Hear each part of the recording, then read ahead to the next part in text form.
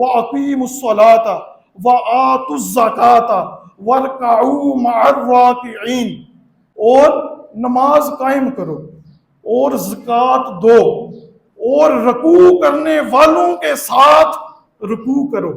اگر کسی چیز کے بارے میں کہنا ہو تو اللہ پاک ایک دفعہ بھی کہہ سکتا ہے جی یہ کام کریں، نماز ادا کرو۔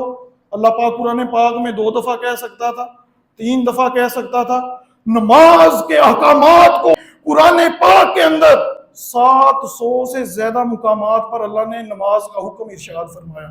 سرکار علیہ الصلوۃ والسلام ارشاد فرما رہے ہیں کہ بندہ گھر سے وضو کرے، گھر سے وضو کر کے چلے، پھر مسجد کے اندر آئے، امام کے ساتھ نماز باجماعت ادا کرے، اللہ پاک اس کے گناہ معاف فرما دیتا ہے۔ باجماعت نماز ادا کرنے کے بارے میں سرکار علیہ الصلوۃ والسلام آپ نے ارشاد فرمایا، باجماعت نماز ادا کرنا اکیلے نماز پڑھنے سے 27 گنا افضل ہے، اس کا ثواب زیادہ ہے۔